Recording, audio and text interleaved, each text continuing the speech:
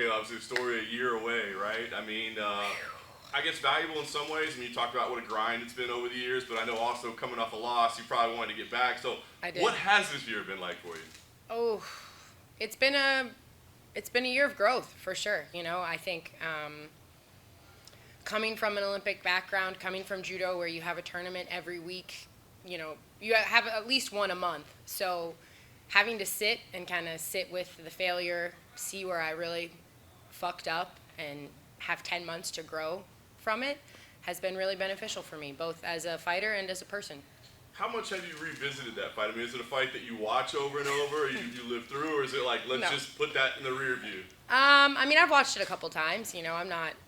It's not like I don't have PTSD or something. I've been through a lot worse in my life than a loss in a cage. So, but yeah, I know where I made mistakes. I know where I needed to grow, and it's been a valuable lesson for me, and one I'm looking forward to kind of putting in everyone else's rear view. What did you feel the biggest opportunity was? Was it tactics or mentality or? I mean, I think that my team, I can't look back and blame anyone but myself. Like my team prepared properly. I have the greatest coaches. I have the best teammates. I have a great facility. I properly prepared. I didn't leave any stone unturned. I think it was just, number one, I think it was her night. I think she had a stellar night. I think that she wanted it. And she went out and got it. And I think that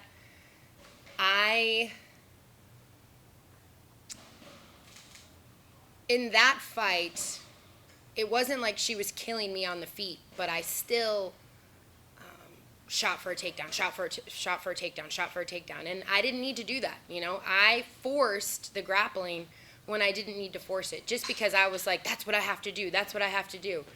And I'm not a grappler. I'm an MMA fighter. So I think that that's an area where I've really gotten comfortable and forced myself for the last 10 months to stand up and bang on sparring days. I'm not forcing the takedowns anymore. I'm comfortable on my feet, and if that's where the fight stays, if the opportunity is there, I'm gonna blast double somebody. But I forced it, and that, I think fight optics play a big role in how judges score a fight, and it didn't look good. So I made a lot of mistakes, and the goal is to not make that many mistakes next time. Is that, when you say next time, is that a fight that has to happen again, or? I'm focused on Julia Budd. I'm not thinking about what's after that. I know that the questions are about to come, so I'm not thinking about anything but Julia Budd, November 24th. But I would never say no to a rematch. It's not something where I stay up at night and I have to have it, but I would never say no. Focused on Julia Budd. What do you think of her as an athlete? Obviously, she's been there with some great fighters. Stellar, yeah. She's a great opponent, worthy opponent. Former Bellator champ. She's been around the game a lot longer than me. She's had a lot more fights than me. She knows what she's doing. So I'm focused on her and preparing for the very best version of her on November 24th. And how about featherweight? Is it? I guess we don't.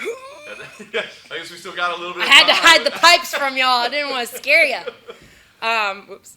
Yeah, no, it's going good. I hired a nutritionist. I got a chef. I'm approaching this in a very professional manner.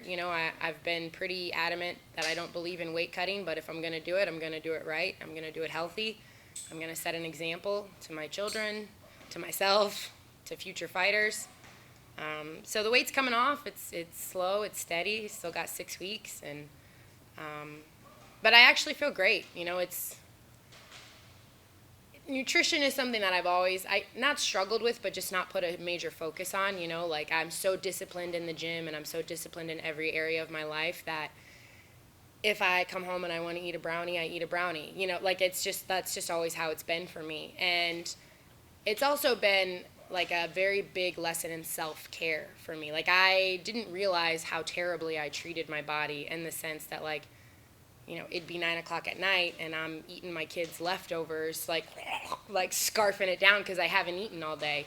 And then, sparring 5 rounds with Pantoja and expecting me to perform at my absolute best. And so to have proper fuel, to have a team around me who's got it nailed down to a science. Like, I have such mental clarity and focus and energy, and I feel great. My body feels great.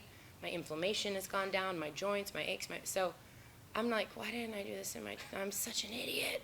Ugh. But I feel good now. That's all that matters. I know there'll be plenty of questions about the future. Like you said, the last thing I want to ask, what does this fight represent to you, right? I mean, you're still going to be one of the biggest stars on the show. There's no question. It's still the PFL Championship card. You're not fighting for a championship. But what does this mean to you? Like, what do you need to accomplish, or, what does this represent for you? I mean, I think it's just important to get back in the saddle. I think that this is a lesson for anyone who's been knocked down in life. It's not about, how many times you fall. It's about how many times you get back up. And I'm not a quitter. I never have been. My grandfather, used to say to me as a kid, quitters never win and winners never quit. And I'm nowhere near done with this sport. It might feel like it's done with me, but I say when I'm done, and I'm not done yet. So I'm grateful. I'm grateful for the opportunity to get to do what I love again. I'm grateful to step back in the cage and hopefully let my talent shine and go out there and kill for the love of killing. Kayla, you've always been an inspiration to women, but how important has this time been to kind of show women how it's okay to lose and how to rebound from a loss and how to handle a loss? I mean, I think it's been important for me.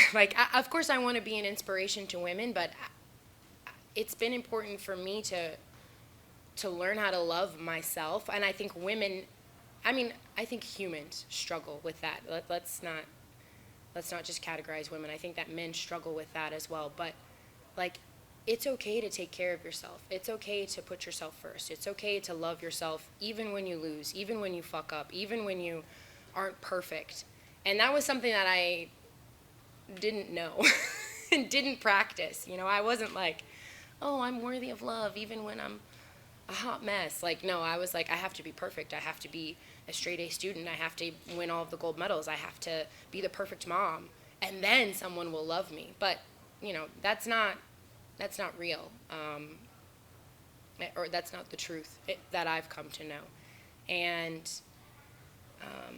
choosing myself and learning to love myself no matter what has been the greatest lesson of my life. You can't,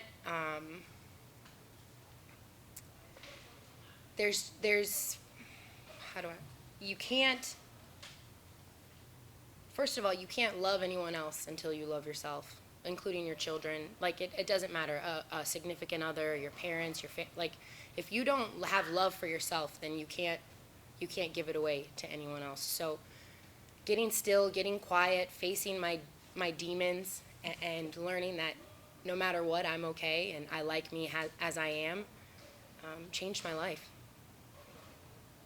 And Kayla, Julia Budd is obviously a name that's very recognized in the world of MMA, and for a while, you must have heard of the critics, oh, she's not fighting anybody, isn't that? What's the feeling to finally, or maybe not finally, but what's the feeling to get, I think everybody thinks Pacheco's pretty good now, yeah, so. She's definitely pretty good, but, you're getting a marquee name here, someone that has history, so what's that feeling like to get, that type of opponent? Yeah, I'm grateful. We were slated to fight before. She had an injury, so she wasn't able to make it to the fight. So I'm just grateful. I'm not in control of who I fight. That's something that critics can say and trolls can talk about, but I'm not in control of that. I'm in control of my preparation. I'm in control of my attitude. I'm in control of, what I do to get into that cage. But I don't pick names. It's not like I'm like, oh, I'll take her, but not her. So I'm grateful for the opportunity to fight someone of Julia Budd's caliber, and I'm excited. That's why I do this. I don't do it to talk to you guys, no offense. I do it because I want to test myself, and I want to test myself against the best and worthy opponents. Yeah. What would a win over her mean? It's not really about her, no offense to Julia, but this is for me. I do this sport because I love it. I wake up every day with a passion and a desire in my heart to see how far I can go, to push myself. So I'm grateful that she's accepted the fight and going to step in the cage with me, and I need women Julia. I need women like Pacheco. I need women like she who must not be named to fight against. But it's about me. Yeah. And you just mentioned, the woman whom shouldn't be named. There's rumors. We've been that- listening to Harry Potter in the car on the way to school, so I'm like deep into Lord Voldemort's time. There's rumors that PFL may acquire Bellator, so a lot of talent. I would assume that would come over. Yeah. That meaning Cris Cyborg, the current champion over at Bellator. When you heard those rumors, is that something that excited you, thinking that fight can't come? I don't get excited about that anymore. There's been too many opportunities and too many highs and lows and ups and downs and bullshit that is, again, out of my control. So I stay the course. I focus on me. I focus on my kids. I focus on my training. But that's all noise, and it's all maybe coulda, shoulda, woulda, might happen in the future. So it's not my focus. It is what it is. And this is your last fight with the PFL, at least in the current contract? I am not going to speak about contractual things. Gotcha. And if Cris Cyborg were to come over to PFL, is that a fight that you would like almost immediately? Like, is that like a fight that you would like to have dibs on, I guess? Yeah, I mean, who better to welcome than I think, I'm not in a season. I'm not fighting for $1 million. Well, I'm not fighting for a title. So I would love that. Yeah. And why didn't we see you in this season format, like in this year? I just think that the PFL felt my time would be better used in a one-off format versus the season. Again, out of my control. Yeah. I can't make them let me fight in the season. So it was good for me. I'm grateful. In the moment after the loss, I had talked all up previously to the finals that I was gonna take time off and and spend time with my kids. And then like the second I lost, I was like, get me in the season, Ollie, now! Like I was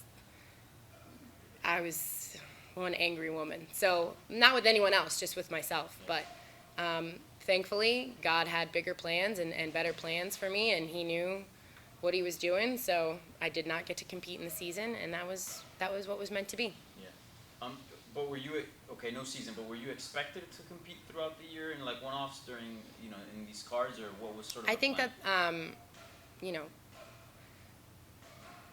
again, I'm not in control of it, but it is probably really difficult at this level, and with the different promotions having all of the best girls, and it's hard. It's hard to find a fight. It's hard to get a fight that makes sense. So, again, I'm thankful for Julia Budd taking the fight, for the opportunity.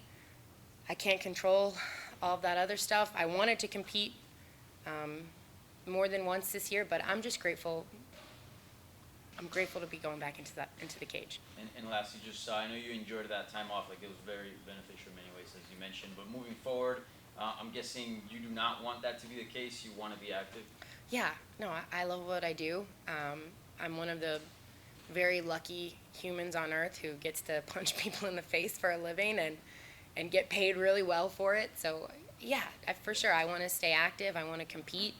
I'm also 33. Like, that's a hag, according to most people these days. I'm like the old lady in the gym now. Like all these young fighters are coming up trying to kill me. So yeah, I want to make the most of my time while I'm still healthy and capable. And I lied, one more.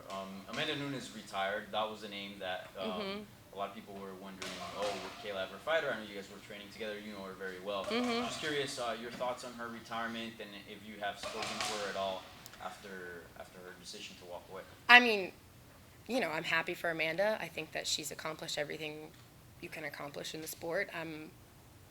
It's bittersweet. I'm happy for her, and I'm sad for me, because that's something that I did want to see come to fruition. I think that my timing in MMA is kind of brutal. When I look back on my career, it's just, I've been in the wrong places at the wrong time, winning gold medals when I should have been training here at American Top Team. So, but no, I'm super happy for her, and I think that, again, she's got a family, she's got a beautiful life, and I don't want my own success at the cost of somebody else's. We can all succeed, and we can all have our dreams, and we can all have our journeys in life, and she's on hers, and I'm on mine. Kayla, just 2 questions. I was there for, I believe, your PFL debut in Chicago. Mm-hmm, yeah, yeah. Talk about the difference, because one of the things that really jumped out at me when I saw you come out of the cage was just like joy. Yeah. You were like smiling. Yeah. Huge. So talk about the joy of MMA from Kayla then to Kayla now. Well, I mean, it's been a long road. This sport is brutal. This industry will chew you up and spit you out if you're not careful. And I think that I came in here very young, maybe not, just very naive. I was very sheltered during my Olympic career. The Pedros are some of the best coaches, but the best human beings I've ever met, and they took really good care of me, and they only wanted the best for me, and they protected me from kind of all the bullshit. Plus, there's no money in judo, there's no fame, there's no glory. Nobody cares except for you. So, kind of learning the ropes of the business side of MMA took its toll on me for a little bit, and I think just the pace that I kept. 4 fights a year, back to back to back, over and over and over. Because in my head, it was like a judo circuit. Like you just go.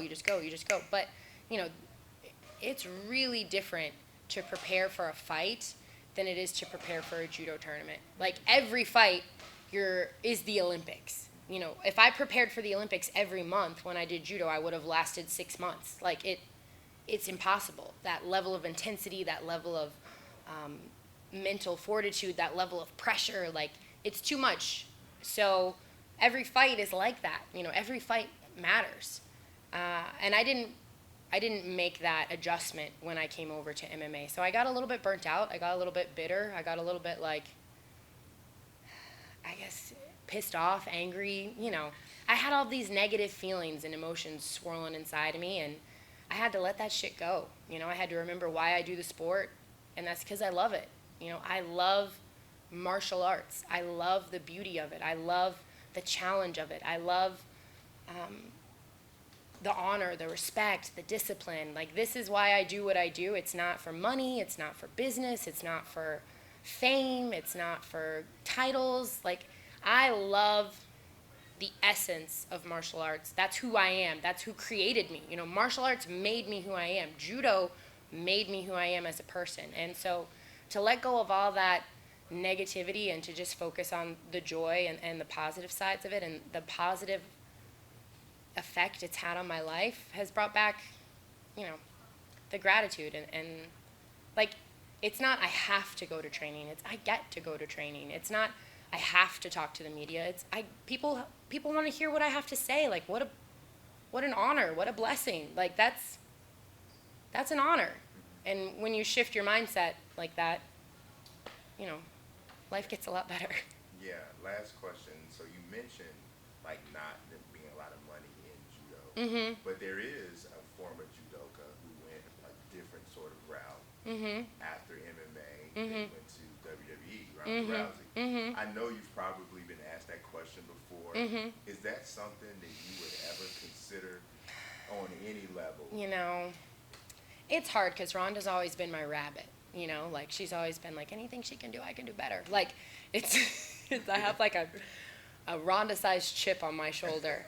But I think with maturity and spiritual growth, I've gotten past that. I'll never say never because who knows what the future holds, and I love a challenge. I do love to perform. I am, a showboater and like to be the center of attention. That's just part of my personality, but it's not on the radar right now. Yeah. So you get a call from Paul Levesque. I don't even know who that is, That's but Triple okay. H. Okay. Triple H. And he says, hey. Triple H is what I call my coffee order at Starbucks. And he says, I got a spot for you. All you got to do is come out and work this spot. We just need you to double leg. Like, just lay the smack down on somebody? Just double leg somebody. I mean, money talks, Triple H. I love it. Ain't nobody in the game got a better blast double than me, I'll tell you that. Including Jordan Burroughs. You've spoken a lot before about, how you've learned how to train your body better, right?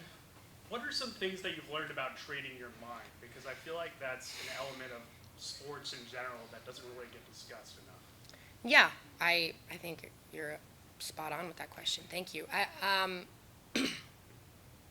Well, for me, my faith is a huge integral part of my life. So, God has given me everything that I have. And putting my focus there first always. Every morning I wake up and I pray and I meditate and I journal. Like, I have to wake up really early so that I can do it before the kids are like, Mom, Mom, Mom. But it changes my whole day. When you get quiet and you sit down and you get still and you spend time with your spirit, with your soul, with God,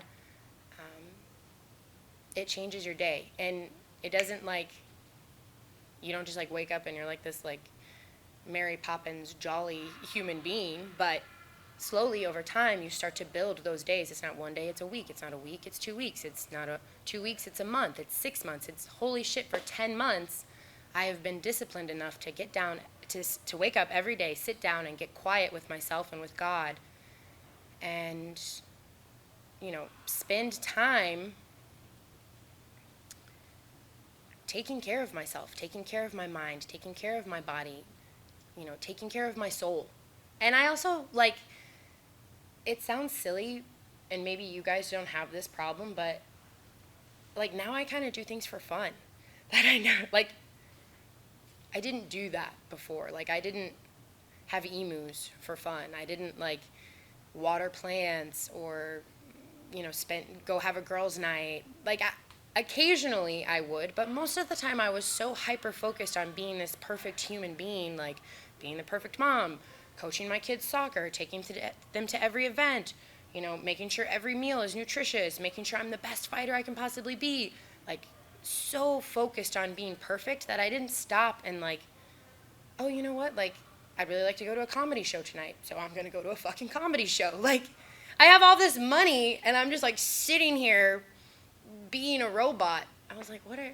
So anyways, I started talking to God, and I started having some fun, and it really changed my mental health, It's not rocket science. It's not anybody can do this, Anybody can get a gratitude journal.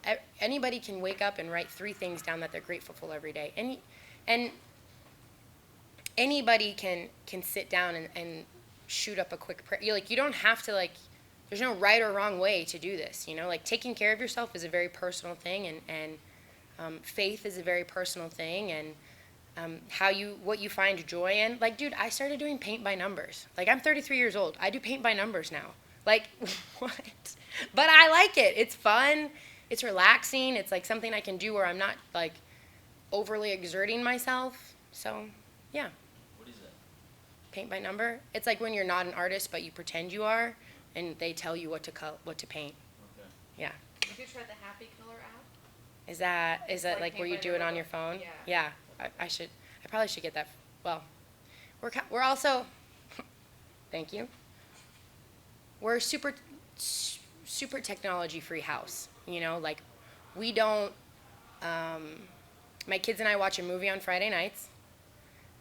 I try not to be on my phone when they're home.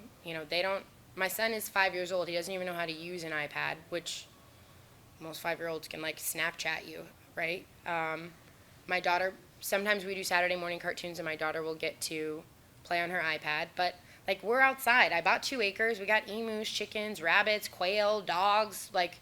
we have our own petting zoo, you know, so we're outside, we got a vegetable garden, we got pumpkins, carrots, squash, cucumbers, like herb garden, like we're like really complicated plants, you know, we need sunlight, we need water, we need food, and we need connection.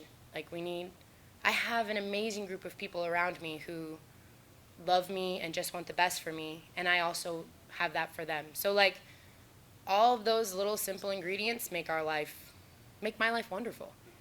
One more question for me too. I saw you did some commentary work with Game Bread. Can you talk to us a little bit about that experience, and could you see yourself having a long-term future in commentary down the road?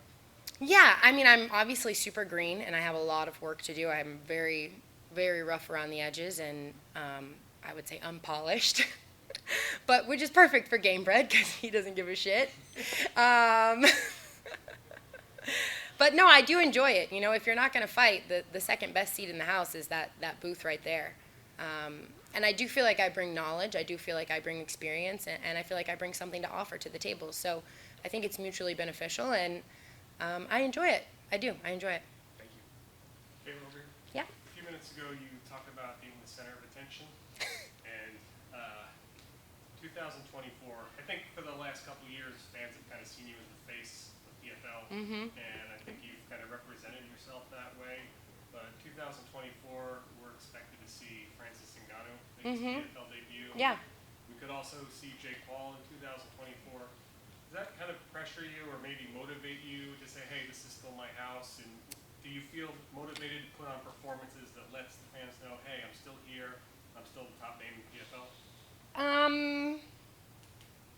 I mean, I feel the desire to say I'm still here, but not because of Francis or Jake or, you know, whoever else gets signed. It's a pretty personal thing. Like, it's for me, you know, and no, I'm happy for Francis, you know, like, for one, like, the guy did it his way, you know? He bet on himself, and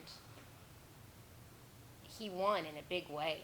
And I want that for fighters. I want that for the future of MMA. I think that is the best thing that could happen in this sport, is someone, you know, finds their path, pursues it, and wins. Like, that's the name of the game. That's the goal for fighters. Like, promotions make a lot of money off of us, and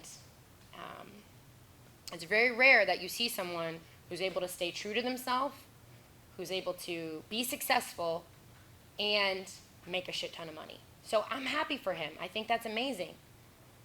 And Jake Paul, I don't really like. I like what he says for fighters. He's also very pro-fighter. You know, I don't know him personally. I've never met him. I think that he trains hard. I think that he's talented. I think he's super green. But I like what he says about fighters, you know, having health insurance, having rights, I agree with all of that. I think that the landscape for MMA needs to change and be more pro-fighter. These are all things that I believe in. And I'm my own person. Like, my path is not connected to their path in any way. We all fight for the PFL. I want to see them be successful. I want to see the PFL be successful. And there's only one Kayla Harrison. So no matter what you do, no matter where you go, no matter where I go, like, there's only one me. And I'm comfortable with that, and I have peace knowing that, like, there'll never be another like me. Historically, we've heard champions and fighters who were previously undefeated coming off a loss say, in a way, it's almost like relief. Yeah, I don't know what the hell they're talking about. So you didn't feel that at all? You maybe relief? More pressure? No, heartbreak, yes. Agony, yes. Depression, yes. But relief? No. I think in terms of, there was such a focus on, I'm undefeated, I'm a champion, and this and that, and no. That's what I wanted. I mean, like, it's not pressure when it's what you ask for, in my opinion. Mm-hmm. You know, like, that was the goal. The goal was to be undeniably the best to ever do it. You know, that is the goal I set for myself. And I fumbled. I fucked up. I dropped the ball on the 1-yard line, you know, like this. And this is a part of life. This is a part of being human, you know, like, we all mess up. We all fail sometimes. Like, there's no perfect being on this earth. But I didn't feel relief about that. Like, I didn't feel like, oh, that's okay. Like, I feel like it happened for a reason, and maybe the comeback is going to be 10 times because I did fumble, you know. I think in MMA people thought, like, again, like I was fighting cans, or like it was easy, or I made it, like, maybe this will make people realize, like, oh, she's human and she fucked up, and look at how she overcame it. Like, whatever. But I definitely didn't feel relief. Was there any temptation to make kind of like an overhaul of your training or your mindset, or was it like, okay, we don't need to really change everything, we Yeah. just need to focus on Oh, different yeah. things? No, I went down every rabbit hole imaginable. When you have 10 months to sit with something, you explore all avenues. I was like, I'm moving to Montana. You know, like, one day I was like, I'm going to be off grid. I'm going to be a homesteader. Like, no one will ever see me again. And then the next day I'd be like, I'm going to be the best to ever fucking do this thing. Like, no one's ever going to deny Kayla Harris. Like, I went all over the place. And, I mean, one thing that I definitely didn't do was question my coaching, question this place, question the preparation. You know, I pride myself on being the hardest worker in the room, and I pride myself on having the stacked team of coaches that I have, and this amazing place. You know, so those things I didn't consider overhauling in any way, shape, or form. But me, like, my whole life, my person, my choices, yeah, I spent every day, like, for a couple months thinking about, like, who I was, what the fuck was wrong with me, and trying to figure it out. All right, guys, sorry, we gotta get